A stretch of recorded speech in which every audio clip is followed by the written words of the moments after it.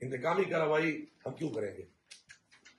इमरान खान ने हमेशा एक बात कही है कि फौज भी हमारी है, पुलिस भी हमारी है, वो इदारे भी हमारे हैं, और इदारों की मजबूती पाकिस्तान की मजबूती है। ये होगी पहली बात। दूसरी बात, किसी भी इदारे के अंदर जो लोग हैं वो हम में से ही हैं, कोई बाहर से तो नहीं आए।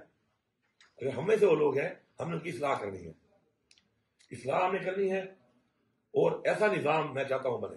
मेरी पर्सनल ये ख्वाहिश भी है, और मैं जब जेल से निकला हूं तो मैंने पहला बातचीत की है किसी मीडिया वाले से, वो यही की है कि मैंने इसे जो सीखा है वो ये सीखा है कि ऐसा निज़ाम बन जाए कि कोई भी किसी का ज्यादती ना कर सके, इवन मैं भी ना कर सकूं। उसके लिए हमने ऐसा निज़ाम बनाना है कि कोई गैर कानूनी काम ना कर सके।